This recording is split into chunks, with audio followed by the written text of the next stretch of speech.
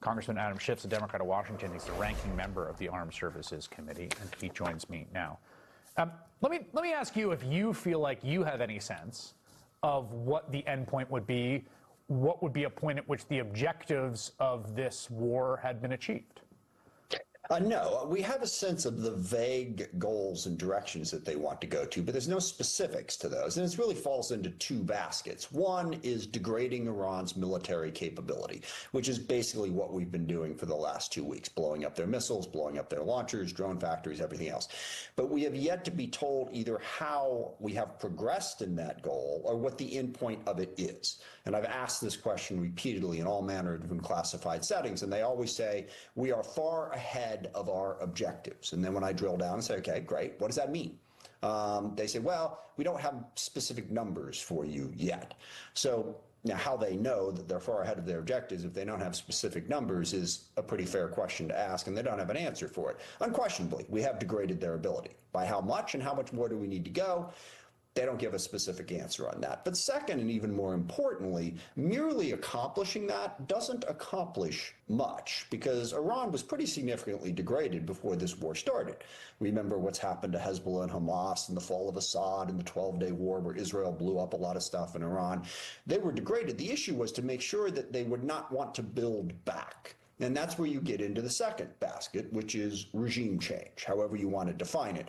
Either this group completely goes and a whole new group comes in, or whoever is there is sufficiently cowed by this war that they will stop being hostile to us. And there is no plan towards achieving that. In fact, by all reports, it's not even coming close to happening. The new Ayatollah is even more extreme than the old, and the hardliners seem to be firmly in place, and nobody has a plan for changing that. So those two, we don't know how to get there or even where there is. So yes, it's very vague. Meanwhile, the cost of this conflict, as has been widely reported, is enormous in terms of lives lost, certainly disruption to the economy, global prices of oil. Cost is high, benefits are creeping up, not specific, with no identifiable endpoint. What is your reaction to the announcement today of the deployment of this Marine Expeditionary Unit and the possibility? I mean, there have been lots of signals being sent both publicly and I think behind the scenes in the reporting that they are considering the deployment of troops. Does this look like a step towards that to you? It does. Look, there's two ways this can go at this point. One, Trump can try to declare victory and try to end it. That'll be hard. Well, I mean, Trump is very good at exaggerating his accomplishments. In fact, I have never seen anyone who's better at that. So I suppose he could try that. Now, it's hard for all the reasons I outlined earlier. He could do that. Or two, he could escalate to try to get closer to those two vague goals. And the main escalation would be putting troops on the ground. And the other thing that worries me, based on what we saw in Latin America and what we've seen in the Middle East, Trump, when he deploys forces in the last year, he uses them.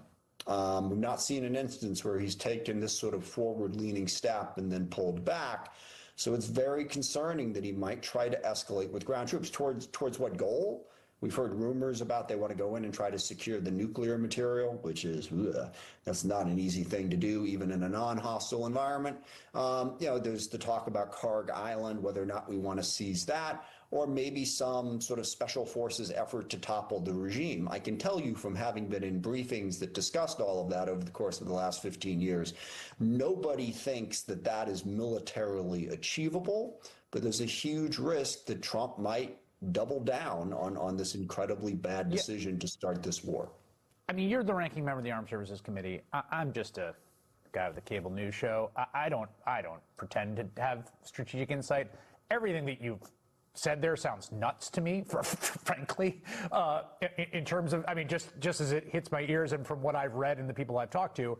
On the question of Karg Island, which has become this, again, there's this weird kind of like risk board game cosplaying by everyone about like, oh, we're just going to go and grab this island and then we'll have control of their oil. And there's news, the president announced tonight that U.S. forces hit Karg Island's military installations, but spared the oil depot. That's a place where I think about 90% of domestic Iranian oil production is sort of processed or transited through. There's a lot of talk about what it would mean if that were taken out. He basically said in a post that the U.S. armed forces had hit their military installations, but because he's being a nice guy, they didn't hit the oil, but that's next. And does that feel to you like an escalation? No, absolutely. Because keep in mind, part of the goal here originally was to let the Iranian people know that our war is against the regime, not against you. But if you kill their economy and starve them, they're going to start to view it differently. But look, the overarching issue here, Iran is a problem. They've been a problem for a long time. That's why I say we've been in these briefs for a while. How do you deal with that problem? You can contain it in a variety of different ways, but containing problems is unsatisfying. Now, to me, containing problems becomes a lot more satisfying when you see examples of when you got frustrated and thought, okay, we're just going to eliminate this. And then you see that it's not as easy as it looked, and you drive up your cost. But that's what we've been looking at, even on the nuclear program. All right, what can we do to eliminate this problem? Let's stop containing it. And the answer, sadly, was nothing. Okay, short of engaging in a full-scale war, and if we did that, we'd probably wind up with a bloody civil war in Iran and chaos that wouldn't improve our situation anyway. And that's always been my position on Iran. Big problem, smarter to figure out how to contain it instead of diving into a military conflict that every bit of analysis shows wouldn't yield the result that we want because of simply how difficult a problem, like the Strait of Hormuz. Okay, you do this, that gets shut down. That's a major pain point that is hard to overcome. It just wasn't something that we could fix with the military. And Trump came bubbling into this saying, you know, our military is so strong, they can do anything. Yeah, we've analyzed this for a long time, and this was something that the prevailing opinion was, no, they can't do. The cost would be astronomical, and we wouldn't achieve the objective. There's different costs, obviously. We're seeing gas, shoot up, and Brent, I think, closed at above $100 a barrel today. That's the gallon gasoline, finished gasoline prices in the U.S., which you've seen has gone up quite a bit since the start of the war. On the cost to the Treasury, there's going to be there's talk about a supplemental war appropriations bill. Are you a yes or no on that as of now? I'm a hell no, because, I'm not in favor of this war. And I'm sure as hell not in favor of continuing to fund it, because that kind of helps perpetuate the war. Yes. Get that under control, stop the war and figure it out. But even then, giving Trump more money with his proven record of abusing that power, not good. And also, let's keep in mind, this is a full-scale Middle East war now, all right? This is even a wider war than Iraq was. I mean, this is spread. We got the war between Israel and Lebanon going now at full scale. We've got the Kurds in the north have been dragged into it. A French service member was killed. 5 others were injured on an attack in Erbil. We have 14 different countries that have been dragged into this war.